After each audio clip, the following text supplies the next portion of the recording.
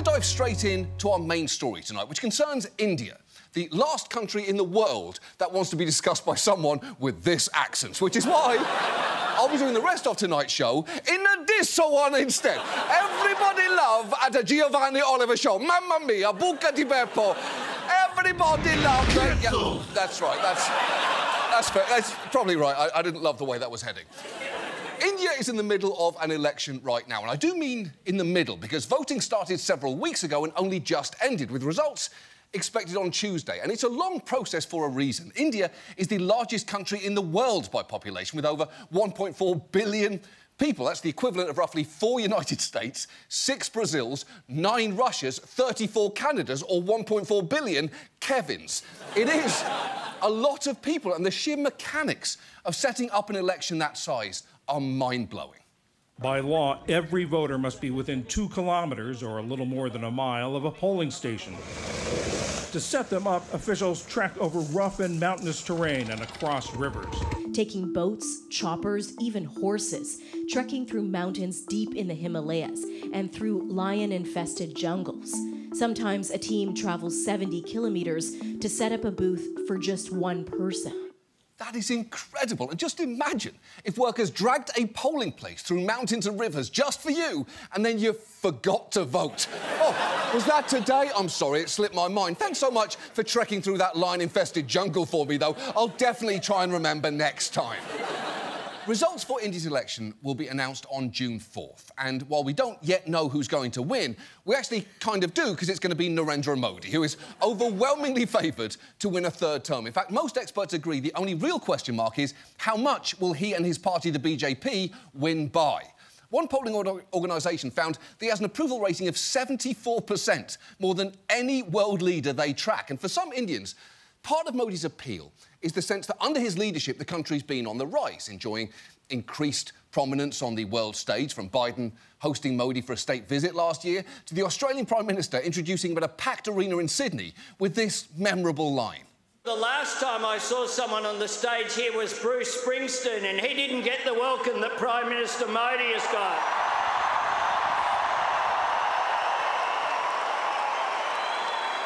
Prime Minister Modi is the boss.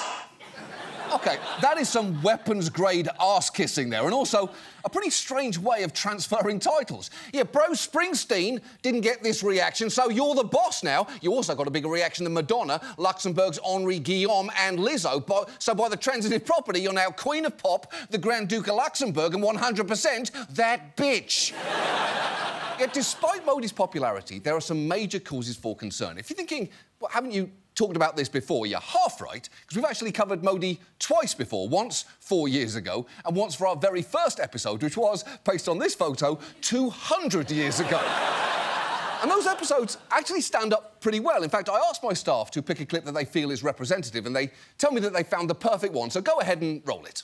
Hitler is the only one who stepped up and got it done, and for that I say, way to go, Hitler. Whoa, whoa, whoa, hold on, that needs a lot more context around it. Fuck you for choosing that. Very basically, what we explained in those episodes is that Modi's party, the BJP, has a long history of espousing Hindu nationalism, essentially rejecting India's history as a pluralistic nation and trying to push it toward becoming an explicitly Hindu one. It's long been affiliated with a paramilitary group called the RSS, whose early leaders admired Hitler. And that, for the record, was the context for that joke. It was a pretty good Hitler joke. So good, in fact, I'm guessing even Hitler would have said, way to go, John. And please do not take that image out of context as well. We also talked about how, over the course of Modi's rise, he's chosen to be strategically quiet about his pseudo-authoritarian, pro-Hindu vision of India. But there's been a noticeable shift in his rhetoric during this election season, because his speeches have started to contain overt anti-Muslim statements, like this one, in which he claims that, if elected, his rival political party will hand over the country's wealth to Muslims. The earlier government said the Muslims will have the right over the resources of the country. What does this mean? This means they will gather all the wealth and give it to the people who have more children. They will distribute it among the infiltrators. Do you think your hard-earned money should be distributed to the infiltrators? Do you accept that? That is Modi referring to India's Muslim citizens as infiltrators.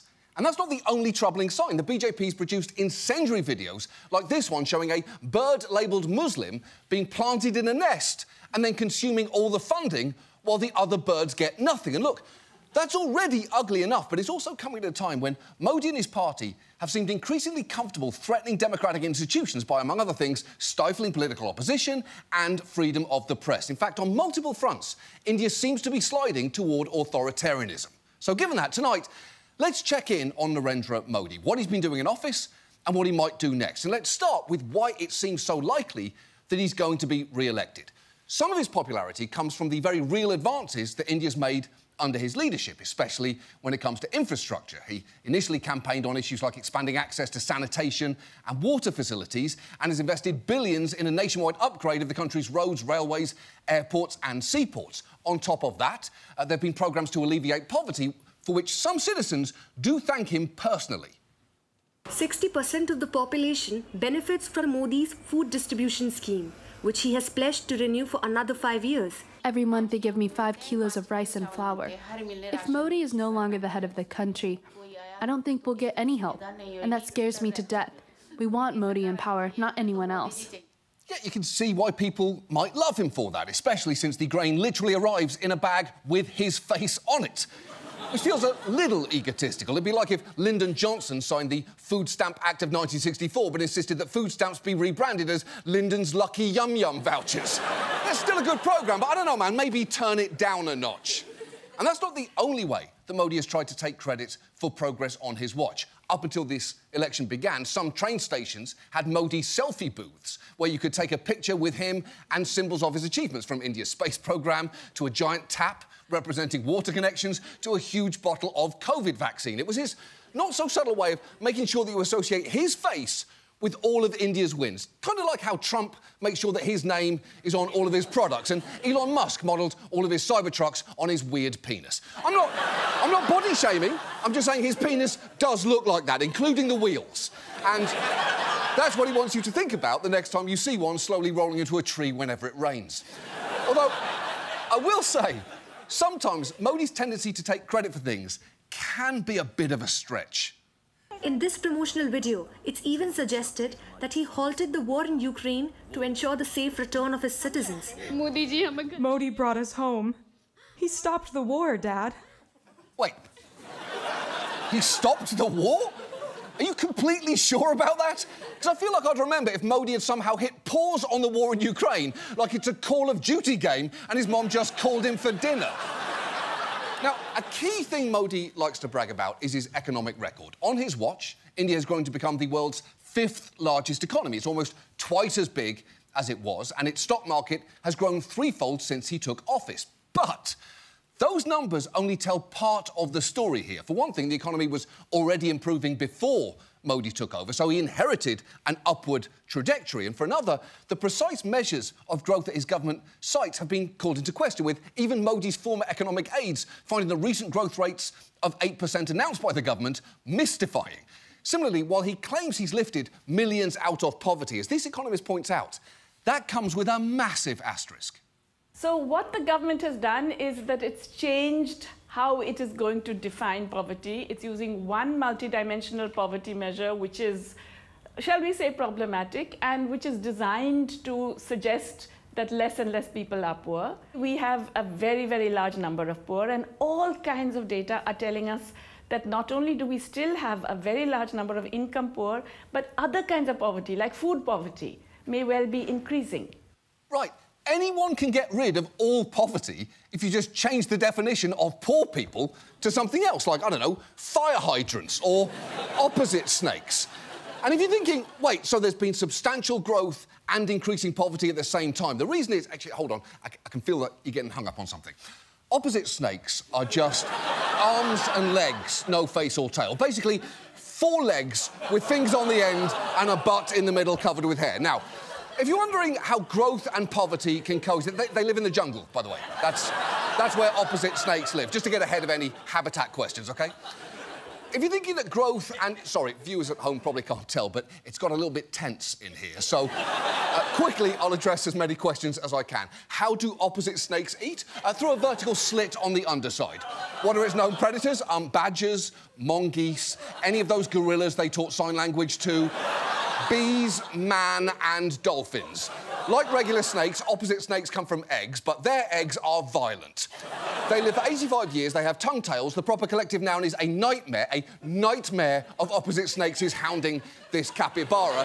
Their meat's inedible, their skin's toxic and their bones are haunted. If you have any other questions about opposite snakes, you can just go to oppositesnakes.com to learn more. Anyway, what are we talking about? Oh, that's right. If you're wondering how there's been both substantial growth and increasing poverty, that is because India's economic gains have been widely unequal. By some estimates, just 1 million people now control around 80% of India's wealth.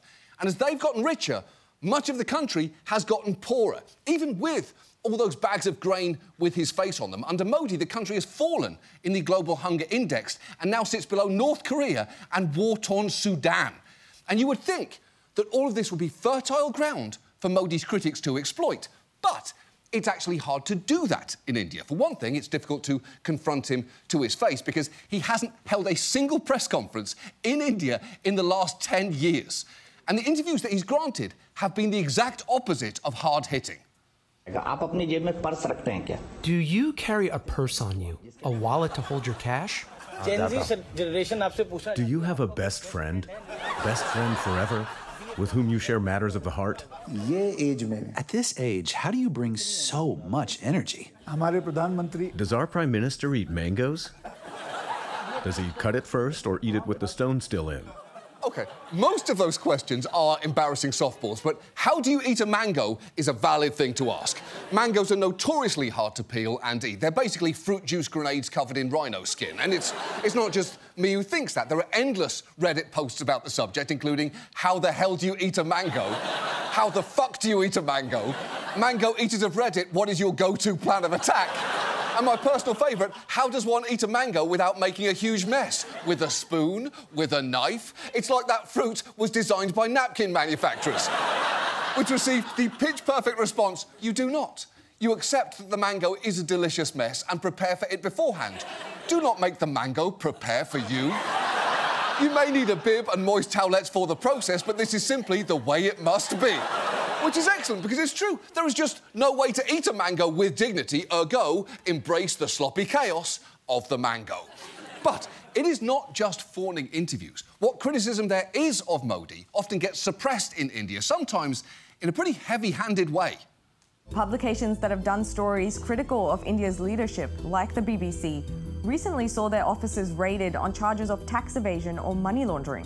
One of the country's most popular news channels that reported critically on the government, NDTV, had its founders raided for bank fraud. It's true, not only were the founders of NDTV raided, but a few years later, a billionaire with close ties to Modi bought it, and its tone is now much friendlier to him. Basically, if you criticise Modi, there's a pretty good chance that things are going to get very unpleasant for you. And given that we're here in America, I'm honestly not too worried about Modi's goons coming after me, but on the off chance that their reach does extend this far, you know what? Fucking try it.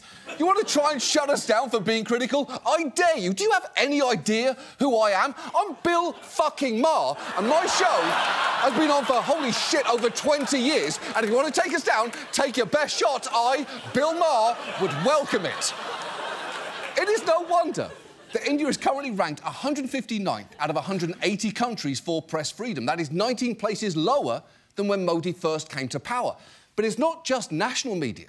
Local outlets have been targeted too. This network in Kerala was suddenly taken off the air by the government in 2020 for reasons explicitly linked to its content. The shutdown was triggered by the channel's reporting on anti-Muslim riots in Delhi in February 2020. According to the notice from the Information Ministry, Media One's coverage was biased and critical of the role of the Delhi police and of a Hindu nationalist outfit, the RSS. The ban was soon reversed, the channel back on air, but the signal was clear: fall in line or else. Yeah, that's not good, because that crackdown creates a clear chilling effect where media outlets may well be intimidated out of criticising Modi. That could actually help explain why Hotstar, the platform that we were on in 2020, mysteriously chose to block our episode criticising Modi. And look, there are plenty of reasons to not watch this show. Depressing subject matter, too much profanity, and the very fact that the frantic pace of my talking voice causes dogs to, and this is a medical term, go nuts. Also, the show seems biased, it's too long. I prefer Jimmy Fallon, Kimmel, Colbert, Seth or James Corden. Hi, Mum, by the way. Whatever your reason, at least it's your choice, not someone else's, to not watch. What I'm saying is, meaningful criticism of Modi is scarce on TV in India. In fact, many veteran anchors who were critical of him have migrated to sites like YouTube instead. But the government may soon be able to help heavily regulate digital media too. It's pushing a law which could mean that anyone making social commentary online would have to adhere to advertising and programme codes prescribed by the government. Meanwhile, an amendment is working its way through the courts which would establish a fact-check unit allowing the government to identify fake news about itself and order it to be taken down. And I actually have a lead for that fact-check unit. Check out the batshit claim that Modi stopped the war in Ukraine, because there's a weird video going around that you should probably get taken down. And it's not just the press who found it hard to take on Modi. The same goes for his political opposition. He's currently facing off against a coalition called the Indian National Developmental Inclusive Alliance, or India for short, a monumentally weak name for a coalition. The first I in India stands for Indian. It'd be like if the H in HBO stood for HBO, which it obviously doesn't. It stands for Hank, Hank's box office. The India coalition is led by the Congress Party, the face of which is Rahul Gandhi. And while his party never stood a realistic chance of challenging Modi, even so, its campaign has been significantly hampered by the fact that just weeks before this year's election began, tax agencies moved to freeze their bank accounts. And on the same day that that was announced, the head of one of India's other opposition parties was arrested. And look, those could be just more lucky, complete coincidences for Modi, except for the fact that over the years, multiple politicians who've opposed the BJP have found themselves facing charges of fraud or financial malfeasance, only for those charges to suddenly stall or be dropped when they switch parties and join the BJP instead. There's even a term for this, the washing machine, where supposedly dirty politicians come out clean once they switch sides. And it is a completely open secret there. One opposition politician who joined the BJP in 2022 left the cat out of the bag when he said he sleeps easier now that he's a member of the ruling party. I also had to switch to the BJP. Now I'm stress and tension-free. All is good. No official inquiries, no investigation, and I can sleep peacefully. I'm tension-free. Wow! It is so universally understood. Everyone in that audience laughed, and laughed so hard. Honestly, I'm a little bit jealous. It kind of makes me wonder if I should have spent our last show admitting to political corruption instead of... What were we talking about? Wait, corn? I did 25 minutes on fucking corn? And people watched it? What exactly is this show? But in general, and to put it mildly, it seems good to be on Modi's good side and very, very bad to be on his bad side. And that brings us back to his attacks on Muslims. As I mentioned earlier, he and his party are adherents to Hindu nationalism, or Hindutva. It used to be a fringe ideology, but is now mainstream, and it's been said nobody has done more to advance this cause than Prime Minister Narendra Modi. And Muslims, as India's largest religious minority, have borne the brunt of this. Early this year, Modi famously opened an over $200 million Hindu temple, showing up personally to help consecrate it, which might seem benign until you learn that temple was built on the former site of this mosque that was demolished by a Hindu mob in 1992 in an incident that set off riots reportedly killing over 2,000 people, most of them Muslim. So it's a site of tremendous pain for Indian Muslims, and the symbolism of opening a temple on that exact spot has been called the crowning achievement of a national movement aimed at establishing Hindu supremacy in India. But the damage here isn't just symbolic. In the climate that Modi stoked, Muslims have been lynched by Hindu mobs over allegations of eating beef or smuggling cows, an animal considered holy to Hindus. And then there's been this. Muslim-owned buildings are literally being bulldozed in what the government calls a crackdown on illegal construction and accused criminals, a brand of bulldozer justice all too common in India. That is awful, and it's happening so much now that bulldozer justice has become a commonly used term. In fact, the bulldozer itself has become a Hindu nationalist symbol, and it's been featured during election victories and in political rallies. This Hardline BJP leader has even earned the nickname Bulldozer Baba. And there's now a whole new genre of Hindu nationalist pop songs, or H-pop, as it's also known, with bulldozers appearing front and centre, including this one, which, if you knew nothing else about it, would honestly sound pretty good. जीत गया बाबा bulldozer वाला जीत गया बाबा bulldozer वाला हो गया दुश्मनों का मुंह काला जीत गया बाबा बुलडोजर वाला हो गया दुश्मनों का मुंह काला. Look, I hate what she's saying, but the way she's saying it is undeniably catchy.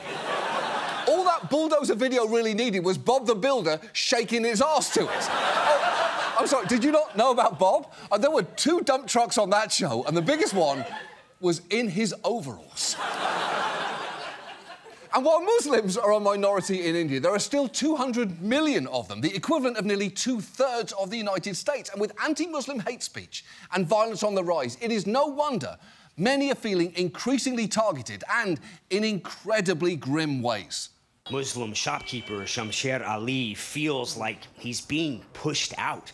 Anything can happen at any point. That is the amount of hate now. Violence against Muslims is on the rise. A Delhi police officer was caught on camera last month kicking a group of Muslim men praying by the side of the road. The video went viral. The officer suspended. Another police officer arrested for killing 3 Muslims on a train, praising the Prime Minister while standing over their bodies. Yeah, and it's worth remembering that is not a bug of Modi's leadership, it is a feature. So given all of this, what can we do? Well, for those of us who don't live in India, nothing really. Also, asking a British person what should we do about India is a little bit dangerous, as we tend to have quite a lot of ideas, none of which should be listened to. But as an international community, it seems past time to stop the uncritical, fawning praise of a man who is, to put it mildly, a deeply complicated figure. So maybe we could at least stop comparing him to Bruce Springsteen. And when you talk about what he's done for India, at least acknowledge that while, yes, he's responsible for giving bags of grain to people, he's also responsible for some getting sent bulldozers. And it should be possible to acknowledge the good things that Modi's managed to do for India, while acknowledging that many Indians live in active fear of what he seems more than happy to represent. And I know that this episode is almost definitely not going to end up airing in India, and depending on what they do with the laws around YouTube, I'm not totally sure what'll happen to it there either. So if this show does get taken down, and if you have friends or family living in India who would like to see it, just encourage them to visit oppositesnakes.com, where they'll find tons of fascinating facts on opposite snakes, as well as a 25-minute video titled Opposite Snakes, which is, in fact, this entire story. Alternatively, you can send them to howtoeatmangoes.com, which features this video promising tips in Hindi on mango eating technique, but is, again, this entire story instead. And if any of Modi's people take offence at this, let me just repeat, I'm not remotely scared of you. In fact, I'll meet you and your stupid bulldozers in front of this studio right here in Los Angeles, or my name is not Bill Maher, which it very much is.